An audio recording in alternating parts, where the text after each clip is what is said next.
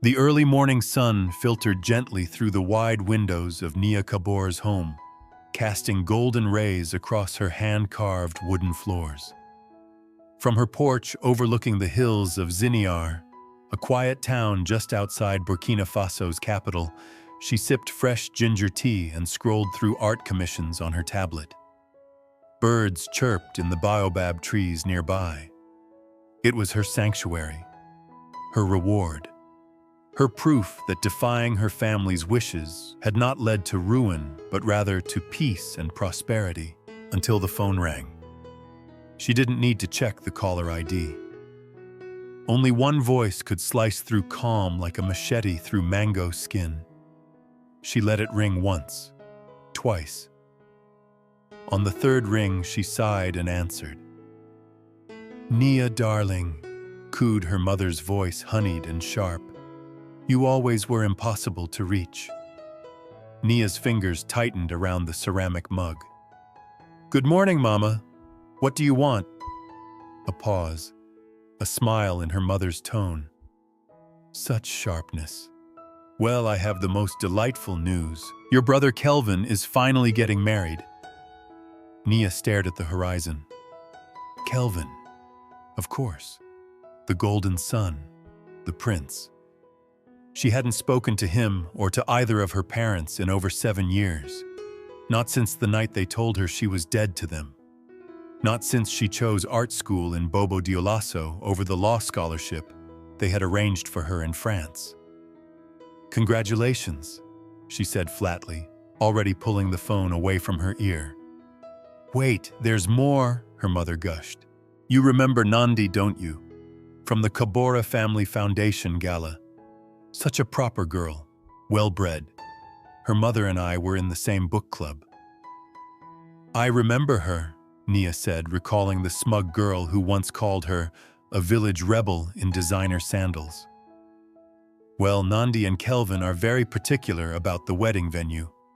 They want somewhere charming, unique, something with, how did she say it, rustic elegance." Nia remained silent. "And we thought, what better place than your property, that lovely garden you've nurtured? The open space, the fountain. It's perfect for a wedding, isn't it?" The mug stopped halfway to her lips. "Excuse me." "Oh, come now," her mother laughed. "You've done wonders with the place. Kelvin even remembered it from his brief visit after your little inheritance tantrum." "My what?" "You know when you accused us of stealing money from your godmother's estate? Honestly, still so dramatic." Her tone dipped into its usual coldness before snapping back to pleasant. "Anyway, we're thinking September 15th.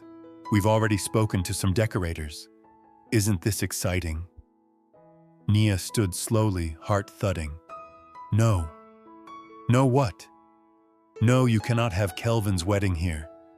This is my home, not your event space." Her mother's voice lowered dangerously. "Nia, don't be selfish. This is your brother's special day. After all we've done for you. You kicked me out at 18. Oh, not this again. You stole my inheritance." A shuffle on the other end. Then her father's gruff voice. "Nia, you're embarrassing your mother. The invitations are already printed. We are having this wedding at your place, whether you like it or not." "You wouldn't dare." "There will be 200 guests. You don't want a scene, do you? Everyone knows you hate conflict. That's always been your problem." Nia stared at her reflection in the window shoulder's squared spine straight, no longer the girl they once manipulated. "Try me." "Nia, no. Show up on my land uninvited, and I'll have every last one of you arrested for trespassing." A stunned pause. Then her mother hissed, "You ungrateful little fine, ruin your brother's wedding. Add it to the list of ways you've disappointed this family. But don't come crying to us when you're old and alone with nothing but your silly paintings." The call ended. Silence flooded back in, interrupted only by her heart pounding like a drum. Then a buzz, a message from Kelvin. Can't wait to celebrate my big day at your place, sis. Nandi is already speaking with decorators. Don't mess this up for me, like you always do. Nia's hands shook, but not from fear, from resolve. She stepped into her studio where sunlight streamed onto canvas and opened her laptop. They thought they knew her. The pushover, the failure, the black sheep. They were wrong. She clicked on her contacts list and dialed. The call connected on the second ring. "Hey girl," Zola's familiar voice chirped. "It's early. Everything okay? Remember when you said your uncle is a judge? Uncle Justice Mbele, sure. Why? I need a favor. Actually, I need several." There was a pause. Then Zola laughed. "Nia, what are you plotting, more justice?" she said, opening her calendar and circling September 15th in red. Sweet, perfectly legal, absolutely spectacular justice. And the game was on. And this time she was writing the rules. The attic hadn't been touched since the day Nia moved in. Its wooden door groaned open with the sound of old grudges waking up. Dust floated in the slanted sunlight, like forgotten confessions. She clicked on her flashlight, stepping over storage boxes, outdated decor, and cobwebs. In the far corner, she found them stacked carefully beneath an old woven mat, a set of boxes marked in her teenage handwriting. "Do not open. Private." She pulled the top one to the center of the room and sat cross-legged, brushing off the thick layer of dust. Her heart thudded not from fear, but from a strange anticipation, like opening an old wound you know must be cleaned to heal. Downstairs, Zola's voice echoed. "You sure about this? We could just drink hibiscus wine and plot like old times." "I need evidence," Nia called back.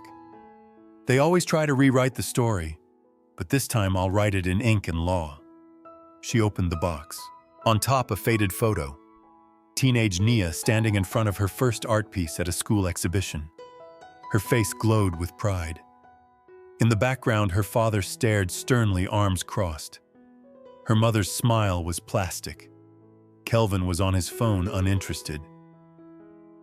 "Wow," Zola breathed as she reached the attic, peeking over Nia's shoulder. "That the day you won the regional art competition?" Nia nodded. "And the same day they told me art was a phase 1 I'd regret." She lifted a journal. Its cover cracked slightly as she opened it. The handwriting was tight, angry. "They tore up my acceptance letter to École Supérieure des Beaux-Arts. Papa shouted that no daughter of his would waste life on colors. Mama cried and said I was breaking her heart. Kelvin got a new motorcycle for passing pre-law with C's. My A's in design meant nothing." Zola placed a comforting hand on her shoulder. "There's more," Nia whispered, reaching for a thick manila envelope. Inside was a crumpled letter dated the day after graduation.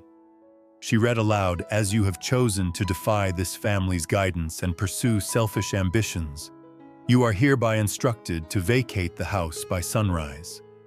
Your college fund will be reallocated to more deserving purposes. Do not contact us until you come to your senses." "Let me guess," Zola muttered. "Kelvin was the deserving purpose." Nia nodded. "His third shot at law school. He dropped out a year later to start that failed logistics startup." Zola raised an eyebrow. "The one your godmother left money for?" "Yes." Nia's fingers dug into the second box. "I kept the letter." She pulled out an envelope bearing the seal of her godmother's estate. 10 years ago, it had changed everything.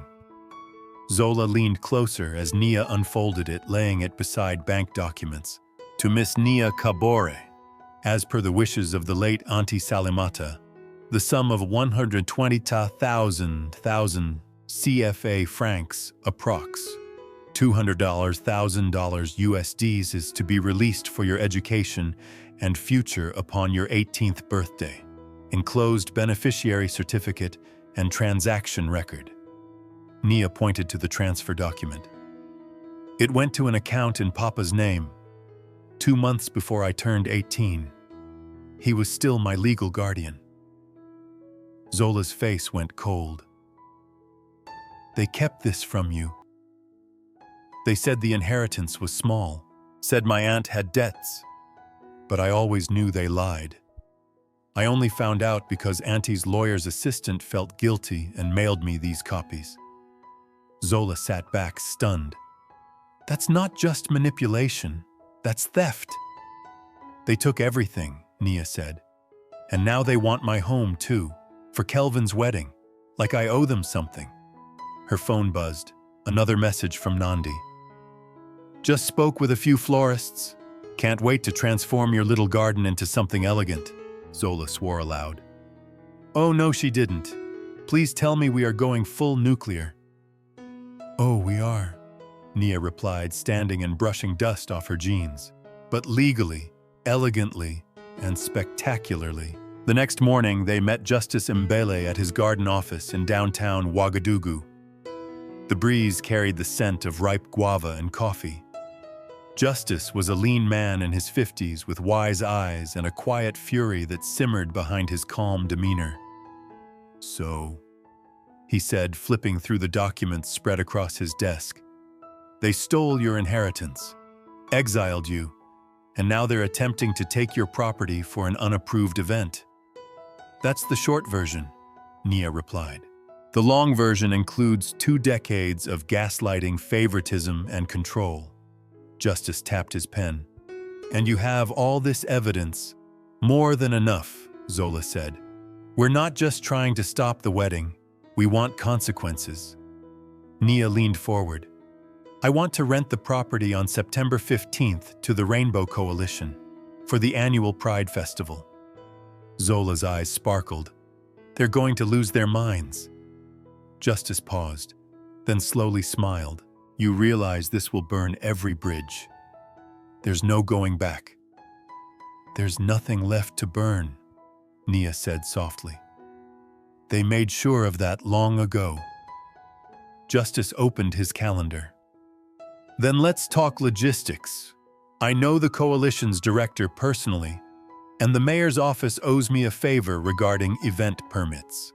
By the following evening, everything was in motion. The Pride Coalition agreed immediately. Nia's land was perfect.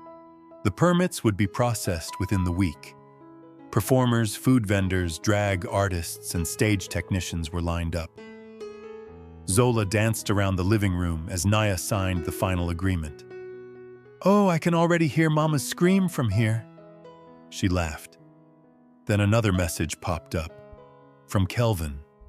Mom says you're being difficult. Don't worry. Johnson is coming to talk some sense into you.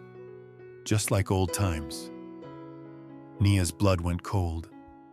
Johnson, her ex, the man her family once tried to marry her off to, the man who told her she was lucky to be considered by someone with real ambition, the man who ghosted her the week she left for art school. She showed the message to Zola. They're bringing in the big guns, Zola muttered. They think you'll fold. Nia smiled thinly. They think they're building an army. Zola raised an eyebrow. And what are we building? Nia closed her laptop and stood tall. A revolution. The sun rose hot and golden over the hills of Ziniar on September 15th. Long before the first rooster crowed, trucks were already arriving. By 7:00 a.m., Nia's once quiet estate buzzed with movement technicians erecting stages, volunteers stringing rainbow flags across fences, and food vendors lining up in orderly rows near the gravel drive. Security staff coordinated entry points. The scent of fried plantain and grilled chicken mingled with laughter and sound checks. From her porch, Nia sipped her morning tea, wearing a bold Ankara print kaftan, with gold embroidery, her head wrap tied like a crown. The same porch where she once trembled, taking her parents' calls, now served as her throne. It's beautiful, Zola whispered, stepping beside her in jeans and a t-shirt that read unapologetic and African. Nia smiled. It feels like freedom. Zola's phone buzzed. They're 2 blocks away. A full convoy. SUVs, rental vans, even a minibus. They're right on schedule. Nia didn't flinch. She simply stood, straightened her posture, and walked to the gate with slow, steady steps. By the time she reached it, the first sleek black Mercedes had pulled up and parked abruptly. Out stepped Madame Fatou Heels, already sinking into the gravel, her wide-brimmed hat trembling in the morning breeze. Her expression twisted into one of pure disbelief at the sight before her, rainbow flags waving proudly, banners declaring Burkina Faso Pride Festival, a crowd of volunteers dancing to Afro beats from 3 booming speakers. "What is the meaning of this, Ru?" she shrieked. "Welcome," Nia said calmly, "to the Rainbow Coalition's annual Pride Festival. Do you have tickets?" More vehicles pulled in behind. Chief Musa emerged next, face darkening like a storm cloud. Kelvin jumped out, adjusting his tailored suit. Behind him came Nandi, draped in white lace, eyes wide with horror. Behind them, dozens of guests, country club types, socialites, journalists, investors, photographers. "This is a wedding venue," Kelvin barked, storming toward her. "No," Nia said, signaling to security.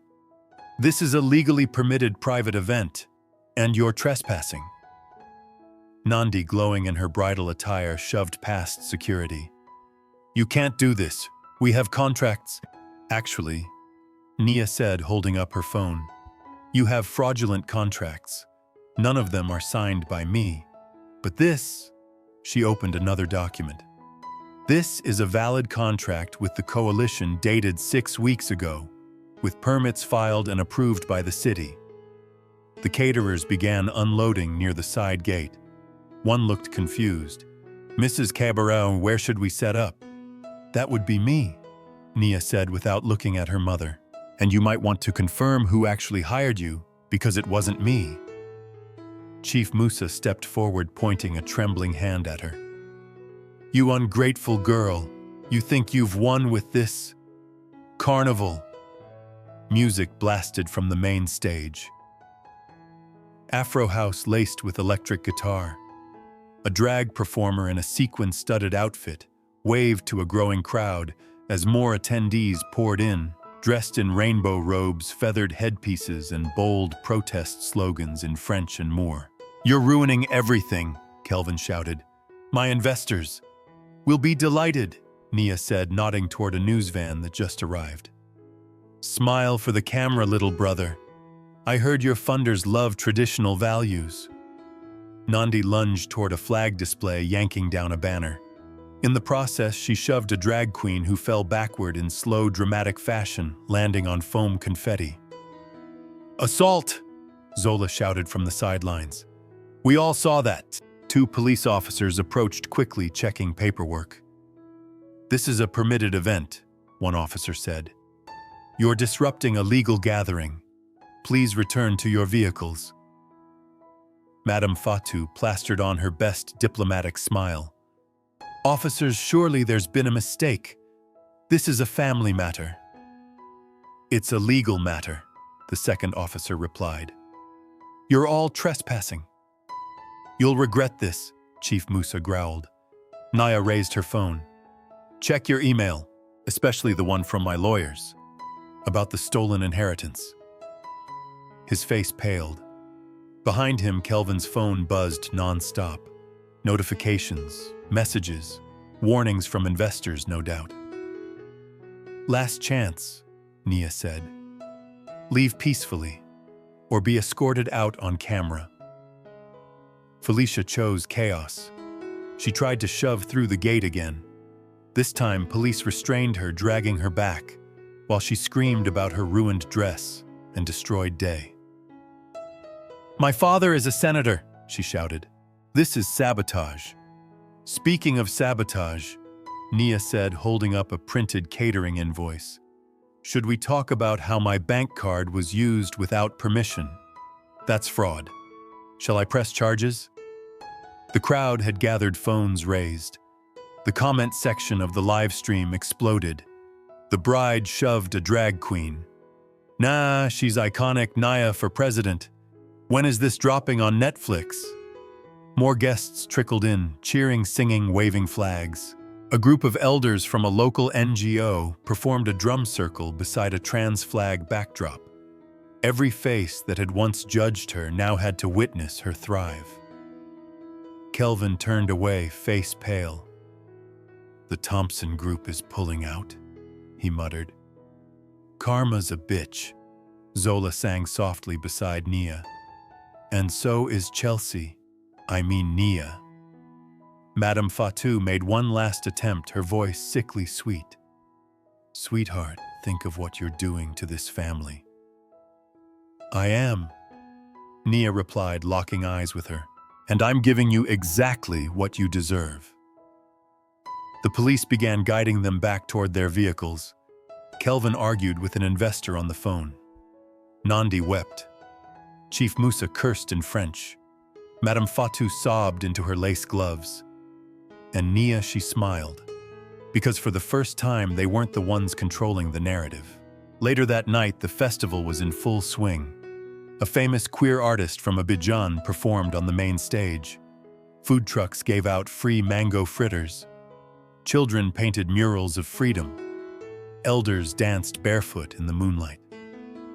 Nia stood under the baobab tree, wine in hand. Zola walked over, phone in hand. Your inbox is exploding. 2 million views already. That clip of Felicia shoving the drag queen is everywhere. Naya's phone buzzed again. Felix, her legal counsel, had filed the civil suit. Suit filed and sealed. They won't see it coming. Let the countdown begin. She sipped her wine. Let the real fireworks start. The courtroom in central Ouagadougou was a quiet, air-conditioned space with walls lined by dark wood panels and the emblem of Burkina Faso's justice system hanging solemnly above the judge's bench. On this particular morning, it felt more like a loaded powder keg. Nia sat at the petitioner's table, a structured navy dress draped elegantly across her shoulders. Her braids were pulled back into a low, powerful bun. At her side, Justice Mbele shuffled neatly stacked documents, his expression calm but deadly focused. Across from them sat her parents, Chief Musa and Madame Fatou, flanked by their lawyer, a well-paid man with graying temples and polished shoes. Kelvin sat at the far end, slouched in a chair, phone silent for once, as if finally aware of the magnitude of the storm that had caught them. Let's review the terms. Justice began smoothly, placing several stapled bundles across the polished wood table. My client seeks the following: full repayment of the misappropriated inheritance interest accrued over 10 years, a public apology for emotional and financial harm, and a legally binding no-contact agreement. Madame Fatou scoffed. A public apology to that disrespectful child? Justice looked up slowly. Mrs. Kabor, I remind you that all parties agreed not to speak out of turn. She's not a victim, Chief Musa snapped. She's vengeful. This is a show. The court clerk opened the door. The judge is reviewing the settlement draft. She'll call in the session shortly. Justice remained composed. You're lucky we're discussing civil terms and not criminal. I assure you, financial fraud and identity misuse are still prosecutable here. Kelvin finally stirred. So what now? We lose everything because she decided to ruin a wedding. Zola, seated quietly behind Naya, leaned forward. No, you lose everything because you stole from your sister. Big difference. The silence hung thick until the clerk returned. Judge McCory will receive you now. Everyone stood. The courtroom itself was small and brightly lit, the sun peeking through narrow windows high on the wall. Judge McCory was a middle-aged woman with steel in her eyes and compassion carved into the lines of her face. She reviewed the file before her. I have reviewed the inheritance documents, bank transfers, private letters, and event permits. The evidence is substantial, she said. The facts are not in dispute. What remains is to confirm whether the parties will settle or proceed to trial. And her gaze fell on Chief Musa. Mr. Kabore, their lawyer stood. We are prepared to settle on financial terms, but my clients find the public apology clause extreme. Then we go to trial, Judge McCory said crisply. All correspondence becomes public record. And may I remind you, your positions in the church, the foundation board, and your son's investment partners have already been notified of the upcoming suit. Chief Musa's lips tightened. Madame Fatou clutched her purse with both hands. We'll settle, their lawyer muttered. Excellent, Judge McCory said, stamping the page. A formal statement will be delivered to the press by 5:00 p.m. today. Restitution must be completed within 30 days. The no-contact agreement will take effect immediately. Session adjourned. The sound of the gavel echoed like a door slamming shut on the past. Outside the courthouse, a flurry of reporters surrounded the family. Cameras clicked, questions flew. How do you respond to the viral video? Did you authorize use of her funds before age 18? Is it true your son's investors have withdrawn? Their lawyer forced them to stop at the podium. Better to do it now, he hissed. Face them before they turn on you entirely. Chief Musa pulled out the prepared statement. His voice trembled slightly. We acknowledge our wrongful actions against our daughter, Nia Kabore. We misappropriated her inheritance and attempted to seize her property without consent. Our behavior was unacceptable. We accept full responsibility and will make complete restitution. Madame Fatou's lips curled bitterly at the final sentence, but she repeated it nonetheless. The crowd exploded with questions. Reporters shouted, cameras zoomed in the footage streaming live across national channels. From the courthouse steps, Nia watched it all unfold. Her expression was unreadable until Zola appeared beside her phone in hand. Netflix wants to interview you. So does Al Jazeera Afrique. Also, you're trending on TikTok under #AfricanJustice. Nia blinked. That's a thing. Oh, it's very much a thing, Zola said. Also, your ex, Johnson, his law firm just dropped him. Apparently pressuring a potential legal adversary is frowned upon. Nia laughed sharp and soft all at once. Her phone buzzed again. A message from Felix. Local church board received the evidence packet. Emergency ethics meeting scheduled for your father tomorrow. She turned to Zola. Think they'll actually settle peacefully now? They'll have to, Zola replied. They care more about reputation than righteousness. By late afternoon, Nia stood in her garden, watching workers dismantle the stages from the Pride Festival. She wasn't smiling this time. Not yet. Not until every last nail had been driven into the coffin of control her family once held. Her inbox pinged. From Madame Fatou, we raised you with love. You've turned your back on us for what public applause. When this storm dies down, don't come running to us for help. You'll need family again one day. She deleted the message without replying. Then another message arrived from a local news agency. Miss Kabore, we'd like to do a feature on your story for our Women of Influence segment. Zola walked by carrying a box of legal documents. You going to say yes? Nia stared out over the hill. No, she said. Not yet. Let them watch. Let them wonder. Let them sit with the silence. She looked toward the gate where her family had once tried to walk in and take what wasn't theirs. Now they were out, and she had locked it, legally, morally, and forever. The sky above Ziniyar carried the quiet hush of early evening, a canvas of pink and burnt orange stretching wide over the dusty hills. In front of Nia Kabore's ancestral gate, a small bouquet of black lilies lay gently at the base of the rusted iron fence. She knelt to place them there herself, not as an offering of grief, but as a symbol of closure. Behind her stood the family house where she had spent her childhood, once proud, now faded. Its shutters hung unevenly, paint peeling a foreclosure notice slapped across the door. The house that once demanded obedience and conformity now stood empty, abandoned, just like the lies that held it up. "You sure about this?" Zola asked gently from the car.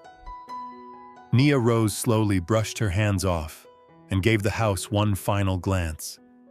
"Closure matters." Her phone buzzed.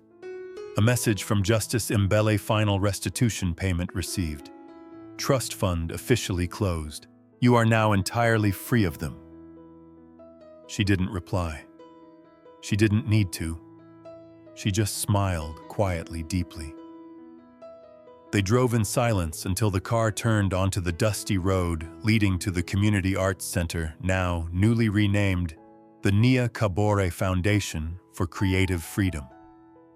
Inside, the atmosphere hummed with nervous excitement.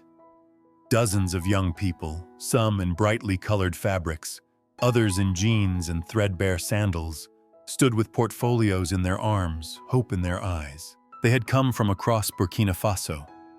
Artists, dancers, writers, filmmakers, youth whose families had told them their dreams were unrealistic, shameful, useless. Today, they would hear a different message. The first round of scholarships from Nia's foundation would be awarded here. Her stolen inheritance, every cent of it, had been transformed into opportunity. As she stepped inside, a girl no older than 17 rushed up to her. You're Nia Kabore," the girl stammered in French. "Your story, it gave me courage. My parents said if I chose dance over accounting, they'd disown me. But I applied anyway." Nia touched her shoulder. "You chose yourself. That's always the right choice." The girl clutched her application tightly, tears pooling in her eyes. Zola leaned close, whispering, "You're changing lives." Nia turned, scanning the room. "No," she said. "They're changing mine." The Scholarship Review Board sat in a small, open-air pavilion beneath a mango tree. One by one, applicants presented their work. A boy showed photographs of protest murals he painted in secret. A girl sang a song she wrote after fleeing a forced marriage. Another boy read poetry about growing up queer in a conservative village. Every story echoed Nia's own. When the last applicant finished, the team took a quiet moment. Then they made their selections, 12 scholars. 12 flames ignited in the dark. As the winners were announced, the room erupted with cheers, claps, and even tears. Nia stood to speak. "My name is Nia Kabore, and for many years I was told my dreams were a disgrace, that my voice didn't matter, that art was rebellion." She paused, voice steady. "But rebellion built this place. Rebellion broke the chains. And from now on, rebellion will pay for brushes, for shoes, for scripts, for cameras. So dream, loudly, boldly, unapologetically." The applause was thunderous. Back at her home that night, Nia sat on the porch swing again, the same place where the call from her mother had first shattered her peace. But now it was different. The silence no longer felt like loneliness. It felt like sovereignty. She opened her phone and scrolled through dozens of messages. Media requests, letters of gratitude, social media clips of young artists inspired by her fight.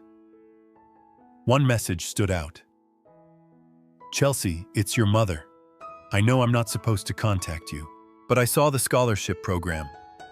You've helped so many despite everything I did. I'm sorry I didn't see who you really were sooner." Zola read it over her shoulder. Going to reply? Nia stared at the screen, thought about all the years she begged for even the smallest scrap of validation, all the times she twisted herself to be acceptable. No, she said, and hit delete. Some chapters need to stay closed. Zola nodded. Besides, you've got a new family now. Damn right I do. The following week, Netflix's documentary team arrived to film the official ceremony of the Nia Kabora Foundation.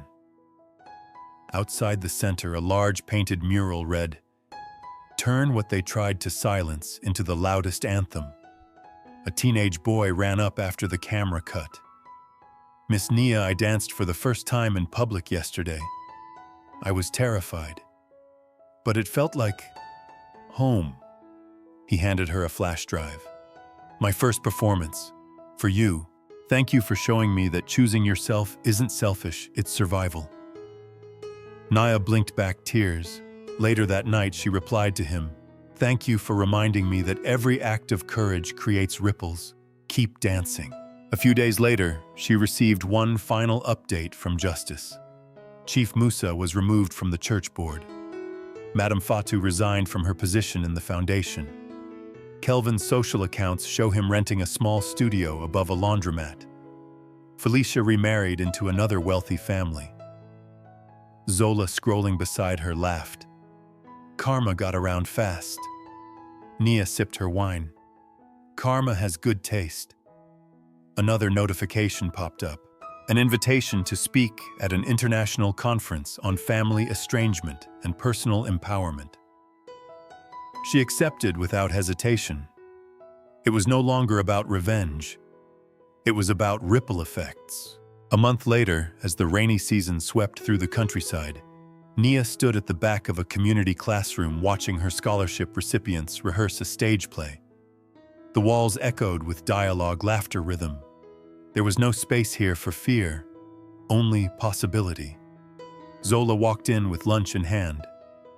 Still not tired of being the woman who set the forest on fire? Nia grinned. I didn't burn it for destruction. I cleared the way for a garden. Outside, the wind rustled through the trees. No more ghosts, no more chains. Only air, only light, only legacy.